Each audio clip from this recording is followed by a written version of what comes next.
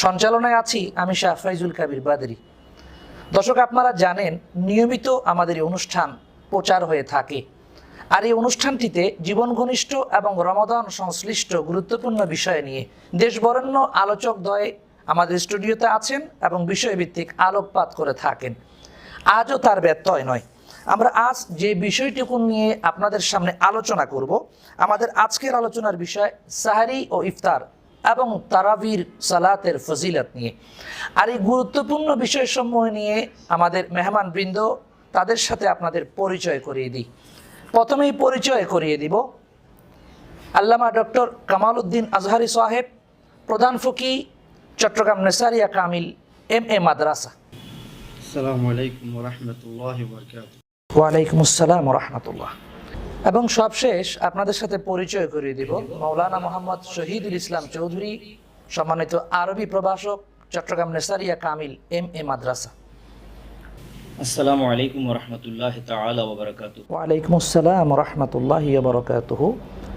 দর্শক, আগেই বলেছি আমাদের এই অনুষ্ঠান জীবন ঘনিষ্ঠ এবং রমাদান সংশ্লিষ্ট। আমরা আজকে আল্লামা ডক্টর কামাল উদ্দিন আজহারি হুজুরের কাছে প্রথমেই জানতে চাইব যে এই রমাদানে রোজা রাখার জন্য সাহারি একটি গুরুত্বপূর্ণ বিষয়। তো সাহারি খাওয়ার সময় এবং ফজিলত সম্পর্কে ইসলাম কি বলে? আলহামদুলিল্লাহ ওয়াসসালাতু ওয়াসসালামু আলা রাসূলিল্লাহ সাল্লাল্লাহু আলাইহি ওয়াসাল্লাম।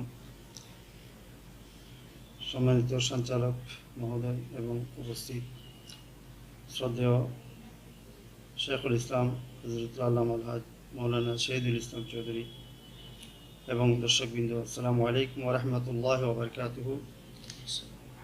রহমত, মাগফিরাত এবং নাজাতের মাস রমজান মাস।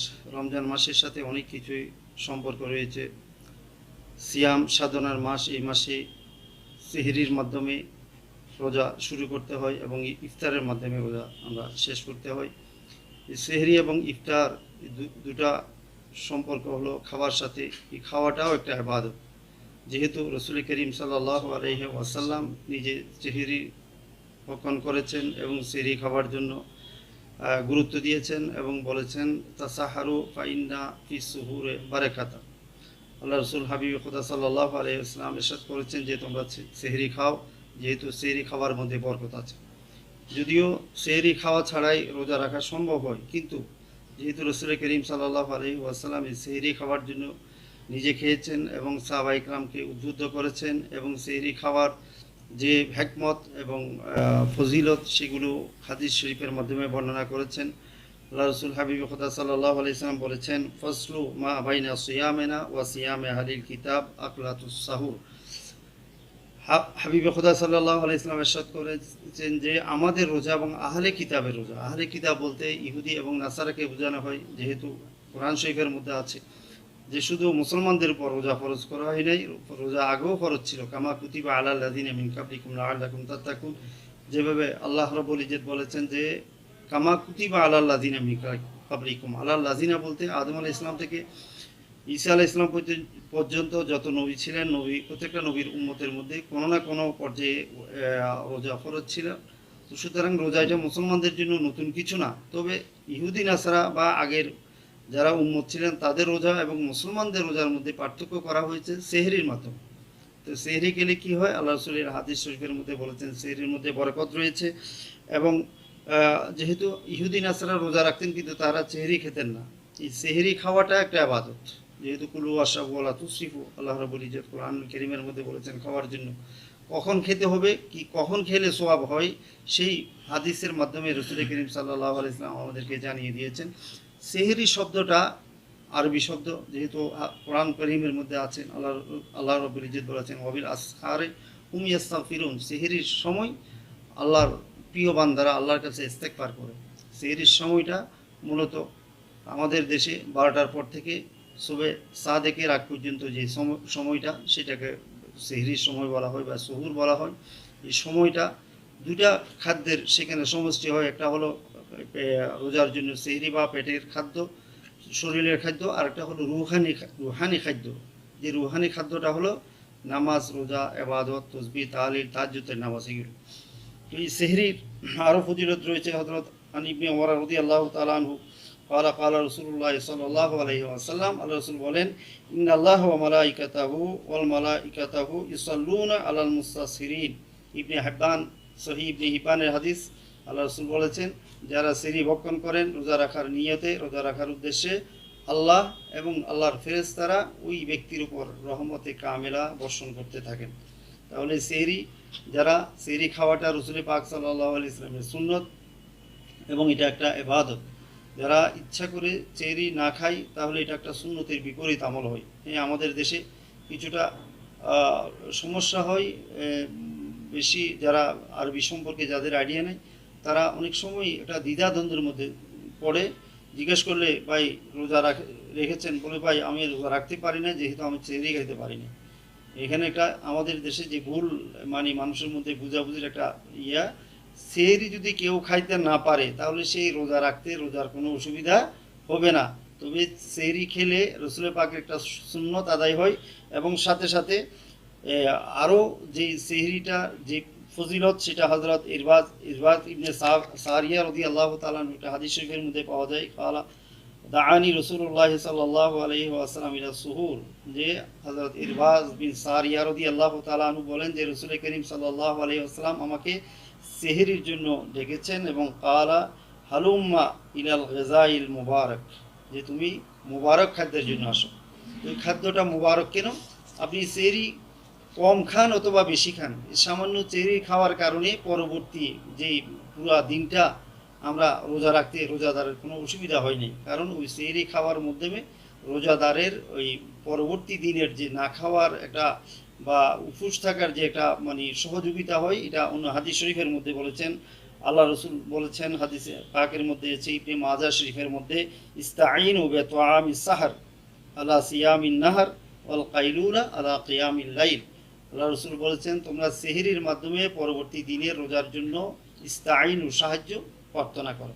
তাহলে দেখা যাচ্ছে খাওয়াটাও রোজা রাখার জন্য একটা সহযোগিতা হয়। ওই সহযোগিতার কারণেই পরবর্তীতে রোজাটা রাখতে সহজে হয়। আরেকটা হলো হাদিস শরীফের মধ্যে আরেকটা অংশ আছে, যদিও সেটা আমাদের সাথে সম্পর্কিত নয়, সেটা হলো কাইলুলা আলা কিয়ামিল লাইল, যে দুপুরে যদি একটু কাইলুলা করে কিয়ামুল লাইল বা যেটাকে আমরা তাহাজ্জুদের নামাজ বলি, সেই তাহাজ্জুদের নামাজের জন্য কি হয়, সহযোগিতা হয়। এখানে সেহরির একটা অনেক সুবিধার মধ্যে একটা সুবিধা হলো, আমরা অনেকেই মুসলমান কিন্তু সারা বছর তাহাজ্জুদ পড়তে আমাদের সুযোগ হয় না, কিন্তু সেহরির মাধ্যমে তাহাজ্জুদ পড়ার জন্য একটা কি হয়ে যায়, সুযোগ হয়ে যায়। সুতরাং সেহরি যেমন আল্লাহ রসুলের নির্দেশ আছে, সাথে সাথে বরকত আছে এবং পরবর্তী রোজার জন্য সহযোগিতা হয় এবং সেটা তাহাজ্জুদের জন্য সেহরি উঠলে তাহাজ্জুদ পড়ার একটা অভ্যাস হয়ে যায়। ওই অভ্যাসটা পরবর্তীতে দেখা যায় পরবর্তী মাসগুলোতেও মানুষের মধ্যে অভ্যাসটা থাকে। আর তাহাজ্জুদের অনেক ফজিলত রয়েছে, যেগুলো হয়তো আজকে বলা সম্ভব হবে না, যদি হয়তো পরবর্তীতে আমাদের কোনো অডিশনে বা প্রোগ্রামে এটা আসবে, ইনশাআল্লাহ আপনারা শুনতে পাবেন। তবে আমার কথা হলো যে সেহরিকে কেউ অবহেলা করবেন না, যেহেতু এটা রাসূল পাকের সুন্নত। আবার অনেকেই রোজা রাখার জন্য অনেক বেশি সেহরি খায়, পরিমাণটা বেশি খায়। অনুরোধ রাখলো ডাক্তারের নিয়ম অনুযায়ী মিডিয়াম করে খাওয়া, বেশিও না কমও না, যাতে মুতাদিল খায়রুল উমুর আওসাতুহা, মধ্যম পন্থা ইসলামের মধ্যে সবচেয়ে ভালো। আল্লাহ আমাদেরকে সবাইকে ইসলামের এই বিধিবিধানগুলো মানার এবং বুঝার এবং পালন করার তৌফিক দান করুন। দর্শক, আমরা শুনছিলাম মহতারাম হুজুরের কাছে, আসলে সারা বছর আমাদের জন্য শেষ রাত্রে জাগ্রত হওয়া কষ্টকর হলে পরেও মাহ রমাদানের সাহারি খাওয়ার জন্য যখন আমরা উঠব, আর ওই সময়টিকে কাজে লাগিয়ে আমরা কিন্তু পারি তাহাজ্জুদের সালাত আদায় করার জন্যই। আল্লাহ তাআলা আমাদেরকে তৌফিক দিন। মৌলানা মোহাম্মদ শহীদুল ইসলাম চৌধুরী, হুজুর আপনার কাছে জানতে চাইব, আল্লাহ তাআলা তো বান্দার জন্য রমাদানকে অফার হিসেবে দিয়েছেন যাতে করে আমরা তার নৈকট্য লাভে ধন্য হতে পারি, জান্নাতীদের কাতারে যেতে পারি। রমাদানের অন্যতম একটি বরকত লাভের মাধ্যম হচ্ছে সালাতুত তারাবি। আর এই তারাবির নামাজ নিয়ে কিছু সংশয় আমরা বর্তমান সমাজে দেখতে পাই, কেউ বলেছেন 8, কেউ বলছেন 20। তো এই বিষয়টি নিয়ে আপনার কাছে বিশদ আকারে জানতে চাই, এ বিষয়ে ইসলাম কি বলে, কোরআন এবং সুন্নাহ কি বলে। নাহমাদুহু ওয়া নুসাল্লি আলা রাসূলিহিল কারীম, আম্মা বাদ। আপনি অত্যন্ত সুন্দর এবং খুব যুগ উপযোগী একটা প্রশ্নের অবতারণা করেছেন। এই প্রশ্নটার উত্তর বর্তমান সময়ের দাবি। আমি কোনো ভূমিকা ছাড়াই বলছি, যেহেতু এখানে সময়টা খুবই কম সময়ের মধ্যে বিস্তারিত বিষয় আপনাকে জানাতে হবে। এটা একটা খুব সেটেল বিষয়কে ডিসপিউট করা হচ্ছে এবং অত্যন্ত দুঃখের বিষয়। একটা সেটেল বিষয় ডিসপিউট করা মানে হলো ধর্মের মধ্যে ফিতনা সৃষ্টি করা। আমি একটু আগেই যাই, হুজুর সাল্লাল্লাহু আলাইহি ওয়াসাল্লামের একটা হাদিস মনে পড়তেছে যে কোরআনে করিম সম্বন্ধে রাসূল সাল্লাল্লাহু আলাইহি ওয়াসাল্লাম বলেন যে কোরআন তার এক অংশ অন্য অংশকে সত্যায়ন করে, তোমরা কোরআনে পাকের এক অংশকে অন্য অংশের বিরুদ্ধে দাঁড় করাবে না। এবং এটা হুজুর সাল্লাল্লাহু আলাইহি ওয়াসাল্লাম ওই হাদিসে বলেছেন, এটা পূর্ববর্তী নবীদের উম্মতদের একটা বদখাসিয়ত বা বদভ্যাস, তারা আয়াতকে আয়াতের বিরুদ্ধে লাগাতো। আজকে আমরা দেখতে পাই আমাদের এই সুষ্ঠু পরিবেশকে নষ্ট করার জন্যে তাদের এই অভ্যাসটাকে আমাদেরই কিছু লোকের মাধ্যমে তাদেরকে ভাড়াটিয়া হিসেবে ব্যবহার করে আমাদের ভিতরে এই ডিসপিউটটা তারা সৃষ্টি করতে চায় এবং আমাদেরকে বিশৃঙ্খল করতে চায়। অথচ তারাবির এই 20 রাকাতের বিষয়টা হুজুর সাল্লাল্লাহু আলাইহি ওয়াসাল্লাম, হযরতে ওমর আল ফারুক রাদিয়াল্লাহু আনহু, হযরতে উসমান গনি রাদিয়াল্লাহু আনহু, হযরতে আলী মুর্তাজা কাররামাল্লাহু তাআলা ওয়াজহুল করিম সহ অনেক সাহাবা, অসংখ্য তাবেঈন এবং মুসলসল পর্যায়ে আজকের এই দিন পর্যন্ত হাজার হাজার লক্ষ লক্ষ লোকের আমলে পরিণত হয়েছে। ইভেন হারামাইন শরীফাইন, মক্কা শরীফ এবং মদিনা শরীফও আজকে সেই ধারার বাহিরে নয়। তো ফলশ্রুতিতে আমি যে হাদিসটা আপনার সামনে প্রথমে পেশ করতে চাই, আপনি যে প্রশ্ন করেছেন তার দলিল হিসেবে হযরত যায়েদ ইবনে সাবিত রাদিয়াল্লাহু তাআলা আনহু, আল্লাহর নবী সাল্লাল্লাহু আলাইহি ওয়াসাল্লামের সাহাবা, তিনি বর্ণনা করেন যে আল্লাহর নবী সাল্লাল্লাহু আলাইহি ওয়াসাল্লাম ইত্তাখাযা হাসীরাম মিনাল মসজিদে হুজরাতান ফিল মসজিদি মিন হাসীরিন। রাসূল সাল্লাল্লাহু আলাইহি ওয়াসাল্লাম রমজান মাসে রাত্রিকালীন সময় ইবাদতের জন্য মসজিদে নববীর মধ্যে একটা কর্নারকে, একটা কোণাকে তিনি পাটি বিছিয়ে সেটাকে হুজরা বানালেন যে সেখানে তিনি নামাজ আদায় করবেন। ফাসাল্লা ফিহা লায়ালি, সেখানে কয়েক রাত, গালেবান 2-3 রাত সেখানে তিনি নামাজ আদায় করলেন। হাত্তা ইজতামা আলাইহি নাসুন, দেখলেন রাসূল সাল্লাল্লাহু আলাইহি ওয়াসাল্লাম যে কিছু লোক ওনার পিছনে এই নামাজকে অনুসরণ করার জন্য এসে গেছেন। সুম্মা ফাকাদু সাউতাহু লাইলাতান, এক রাত্রি যাওয়ার পরের রাত্রিতে দেখলেন মানুষেরা, অর্থাৎ রসুল পাকের সাহাবারা রসুল সাল্লাল্লাহু আলাইহি ওয়াসাল্লামের আওয়াজও হারিয়ে ফেলছেন। উনাকে না, শুধু উনার আওয়াজও শোনা যাচ্ছে না। এরপর ফাযান্নু আন্নাহু ক্বাদ নামা, তারা খেয়াল করলেন রসুল সাল্লাল্লাহু আলাইহি ওয়াসাল্লাম মনে হয় এই রাত্রিতে নামাজ না পড়ে আমাদেরকে নিয়ে নামাজ না পড়ে উনি ঘুমিয়ে গেলেন। তো ফাজাআলা বা'দুহুম ইয়াতানাখনাহু, তাদের মধ্যে কেউ গলা ঝাড়া দিলেন যেন রাসূল সাল্লাল্লাহু আলাইহি ওয়াসাল্লাম গলার আওয়াজ শুনে আসেন কিনা। তো এরপর রাসূল সাল্লাল্লাহু আলাইহি ওয়াসাল্লাম বের হলেন, বের হয়ে ফাকালা মা জালা, উনি বললেন যে মা জালা বিকুম আল্লাযী রাআইতু মিন সানি'iকুম হাত্তা খাশিতু আন ইউকতাবা আলাইকুম ওয়ালাউ কুতিবা আলাইকুম মা কুনতুম বিহি ফাসাল্লু ইয়া আইয়ুহান নাসু ফি বুয়ুতিকুম ফাইন্না আফযালা সালাতিল মারই ফি বাইতিহি ইল্লাল মাকতুবা। এই হাদিসটা বুখারী শরীফে রয়েছে, মুসলিম শরীফে রয়েছে। রাসূল সাল্লাল্লাহু আলাইহি ওয়াসাল্লাম তাদেরকে সান্ত্বনামূলক বাণী শোনালেন, বললেন যে দেখো আমি তোমাদের অবস্থা বুঝি এবং তোমাদের আওয়াজও শুনেছি, কিন্তু আমার পিছনে গত 3 দিন যে পায়দার পায়ে তোমরা জমা হয়ে গেলে আর মানুষ বাড়তেছো তোমরা, তো এই অবস্থা দেখে আমার বোধ হলো যে আমার পিছনে যদি তোমাদেরকে এইভাবে সবসময় আমি দাঁড় করাই তাহলে আমার কাজের দ্বারাই এটা তোমাদের উপরে ফরজ বা কর্তব্য বলে প্রতিষ্ঠিত হয়ে যাবে। কারণ নবীর যে কোনো আমল এটা উজুবে প্রমাণিত, ওয়াজিব হয়ে যায়। তো আমি ভয় পাচ্ছি আমি ওয়াজিব করে দিয়ে গেলাম, পরবর্তীতে তোমাদের এটা পালন করতে কষ্ট হয়ে যাবে। অতএব আমি চাইতেছি না যে তোমাদের উপর এটা বোঝা হয়, তাই আমি আসি নাই। আর তোমাদেরকেও না এসে আমি তালিম দিচ্ছি বা বলতেছি তোমরা এই নামাজটা তোমাদের ঘরে আদায় করো, কারণ যে কোনো ফরজ নামাজ ব্যতীত বাকি সকল নামাজ ঘরেই উত্তম, কেবলমাত্র ফরজ নামাজই মসজিদে উত্তম। এই হাদিসটা থেকে প্রমাণ মেলে রাসূল সাল্লাল্লাহু আলাইহি ওয়াসাল্লাম তারাবি আদায় করেছেন। রাকাতের প্রমাণ এখনো আসেনি, এটা আসবে সামনে, কিন্তু এতটুকুর মধ্যে এটা সাবেত হয় যে রাসূল সাল্লাল্লাহু আলাইহি ওয়াসাল্লাম তারাবি পড়েছেন, আদায় করেছেন।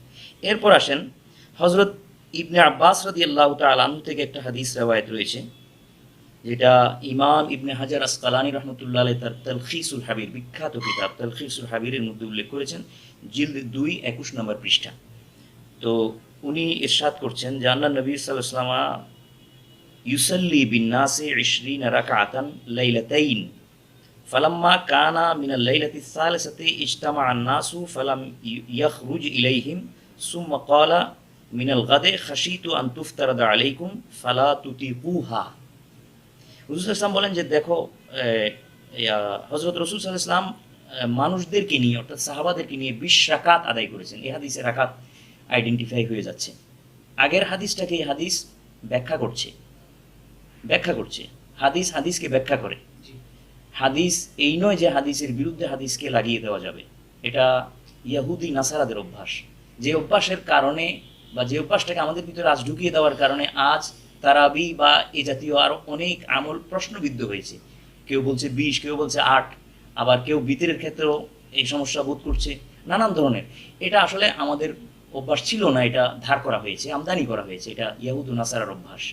অর্থাৎ মহতরম, আমি একটু যোগ করে আপনার সাথে বলতে চাই যে হাদিস দ্বারাও হাদিসের ব্যাখ্যা হয়। আমি এই গুরুত্বপূর্ণ বিষয় আপনার কাছে আবারও ফিরে আসব। এ পর্যায়ে আমি ডক্টর আল্লামা কামালউদ্দিন আজহারি হুজুর আপনার কাছে জানতে চাই, আলোচনার সূচনা লগ্নে আপনি বলেছিলেন সাহেরির ফজিলতের কথা। তা আমরা যখন সাহারি গ্রহণ করলাম, রোজা যখন রাখলাম, ইফতার তো করতে হবে। এই ইফতারের ফজিলত সম্পর্কে আমাদেরকে কোরআন এবং সুন্নাহ কি বলে? জাযাকুমুল্লাহ। এখানে কথা হলো ইফতার, সেহরি, তারাবি এগুলি সবই আরবি শব্দ। আমরা যে খাদ্য গ্রহণ করি দৈনন্দিন, প্রত্যেকটা খাদ্যের একটা নাম আছে। যেমন আমরা দুপুরে খাওয়াকে গাদা বলে, রাতের খাওয়াকে আশা বলে, অনুরূপভাবে সেহরি রাতের খানা, যেটা শেষ রাতের যেটা খানা, এটাকে আশা বলা বা সুহুর বলা হয় বা সেহরি বলি আমাদের দেশে। এগুলি মূলত আরবি শব্দ, আমরা বাংলার সাথে এমনভাবে মিশ্রিত হয়ে গেছে। আর ইফতার, এটা ইফতার শব্দের অর্থ ফুতুর থেকে আসছে, এটার অর্থ হলো নাস্তা। সাধারণত আমরা যখন সকালে নাস্তা করি, ওই আরব দেশে এটাকে ফুতুর বা ইফতার বলা হয়। কিন্তু রমজান মাসে ইফতার বা ইফতারি বলতে যে কথাটা, সেটা হলো সারাদিন রমজান শেষে আমরা মূলত পানির মাধ্যমে বা খেজুরের মাধ্যমে আল্লাহ রসুলের সুন্নত অনুযায়ী যে রোজা বা শেষ করার যে বা রোজা শেষ করে খাওয়ার যে মানে বিধান, সেটাকে ইসলামী পরিভাষায় ইফতার বা ইফতারি বলা হয়। এখানে মূলত ইফতারি এই জিনিসটা খাওয়াটা, ওইটা রসুলের পাক সাল্লাল্লাহু আলাইহি ইসলামের সুন্নত। দেখা যায় একটা মানুষ সারা দিন রোজা রেখেছেন, যখন সে চাইলে ওই রোজা রাখাটা একদম রাত পর্যন্ত এটা কন্টিনিউ করতে পারে, কিন্তু না, এটা করা যাবে না, আল্লাহ রসুলের নিষেধ। আল্লাহ রসুল বলছেন ওখানে খাইতে হবে, ওখানে খাওয়া এটাই হলো কি রোজার পরিপূর্ণতার একটা কি অংশ। তো সুতরাং ইফতারি বলতে আমরা বুঝাই রোজার শেষে যে খাদ্যটা আমরা গ্রহণ করি, সেটা হলো ইফতারি নামে ইসলামী পরিবেশে পরিচিত। মানে ইফতার সম্পর্কে আল্লাহ রসুল কি বলছেন, যে হাদিস শরীফের মধ্যে আছে, যে হাদিসটা আমরা সবসময় আওড়াই বা বলি, ওলামা ইকরামরা বলেন, সবাই এটা জানেন, লিসাইমে ফারহাতান, রোজাদারের জন্য সবচেয়ে বড় দুইটা খুশি, একটা হলো দুনিয়াতে, একটা হলো আখিরাতে। দুনিয়াতে যে খুশিটা ইনদা ফিতরিহি, ফারহাতুন ইনদা ফিতরিহি, একটা খুশি হলো যখন সে ইফতার করবে। একজন প্রত্যেক রোজাদার মাত্র জানে যে ইফতারের সময়টাতে তার জন্য কত খুশি, কত মানে এই খুশির দুইটা কারণ। একটা কারণ হলো সারাদিন হুশ থেকেছে, সাধারণত মানবিক যে তবে স্বভাব, যে খানার প্রতি মানুষের একটা মানে আকর্ষণ, সেটা যখন সে সারাদিন তৃষ্ণার্ত দিনে, গরমের দিনে তৃষ্ণার্ত হয়ে সকালে একটু, সন্ধ্যায় একটু ঠান্ডা পানির মাধ্যমে বা শরবতের মাধ্যমে যে রোজাটা ভঙ্গ করে বা রোজাটা সমাপ্ত করে, তখন এটা তার কাছে যে মানে যেমন খুশি হয়, সাথে সাথে এটা খুশি আরেকটা কারণ হলো সে আল্লাহর মানে কাছে শুকরিয়া আদায় করে, যে এইভাবে যে আল্লাহ আমাকে সারাদিন তুমি রোজা রাখার জন্য একটা সুযোগ দান করেছ। আর উনি হাদিসের মধ্যে আছে, হাদিস শরীফের মধ্যে আছে, হযরত আবু হুরায়রা রাদিয়াল্লাহু তাআলা আনহু থেকে বর্ণিত, রাসূল করিম সাল্লাল্লাহু আলাইহি ওয়াসাল্লাম ইরশাদ করেন, ক্বালা আল্লাহু আযজা ওয়া জাল্লা, হাদিসে কুদসি, যে হাদিসের সম্পর্ক রসুলের পাক আল্লাহর দিকে করেছেন, সেটাকে বলা হয় হাদিসে কুদসির মধ্যে আছে, ইন্না হাব্বা ইবাদি ইলাইয়া, আল্লাহ বলছেন আমার বান্দাদের মধ্যে সবচেয়ে প্রিয় আমার কাছে আজালুহুম ফিতরান, আহমদ মুসনাদ আহমদের হাদিস, যে ব্যক্তি তাড়াতাড়ি ইফতার করে। এখানে আবার এমন না যে ওই যে বললাম আমাদের দেশে অনেক মানে ইয়ার মধ্যে আছে, মানুষ দিন ধর্ম ধার্মিক হওয়ার কারণে কিছু অতিরঞ্জন করে, যে ইফতারের সময় হওয়ার পর আর একটু দেরি করে বলে যান, এটা দেরি করা যাবে না। এখানে দেরি না করাটাই আল্লাহ প্রিয়ভাজন হওয়ার জন্য একটা কি সবচেয়ে বড় উসিলা বা উজারি। ইফতার আজান আসলে এটা জিনিসটা আমাদের দেশে সাধারণত রমজান মাসে ইফতারের সময় হওয়ার জানার একমাত্র উপায় হলো আজান, কারণ এটা আমাদের দেশে একটা রেওয়াজ হয়ে গেছে। এক সময় শীষ বাজাইতো বা দপ বাজাইতো, এখন একটা মানে কিন্তু শরীয়তের ইয়া হলো আজানের জন্য অপেক্ষা করতে হবে না। ইফতারের যখন সময় হয়ে যায়, ইফতারের সময় হলো গ্রুবে শামস, সূর্য ডুবা। সূর্য ডুবাটা যখন সেই ইয়ার মাধ্যমে হোক, ঘড়ির মাধ্যমে হোক, বা আজানের মাধ্যমে হোক, বা টাইমের মাধ্যমে হোক, যে কোনো ভাবে, ক্যালেন্ডারও আছে। হ্যাঁ ক্যালেন্ডারের মাধ্যমে সেই জেনে যায়, সেই ইফতার করে ফেলতে পারবে। এখানে কোনো আজানের জন্য অপেক্ষা করা দরকার হবে না। আল্লাহ রসুল বলেছেন, লা ইয়াজালুল্লাযীনা দীনু যাহিরান মা আজ্জালান নাস ওয়াল ফিতরা, যে এই দিনটা ততক্ষণ পর্যন্ত জাহের বা কায়েম থাকবে, বিজয়ী থাকবে, যখন মানুষ তাড়াতাড়ি ইফতার করবে। অর্থাৎ সূর্য ডুবার সাথে সাথে ইফতার করা, এটাই হলো হাদিসের চাহিদা, রসুলের পাকের চাহিদা, আল্লাহর চাহিদা, এবং মানে দিন ধর্মের চাহিদা। হুজুর, আপনাকে আসলে অনেক ধন্যবাদ। আমি চলে যেতে চাই মুহতারাম মাওলানা মোহাম্মদ শহীদুল ইসলাম চৌধুরী হুজুর, আপনার কাছে।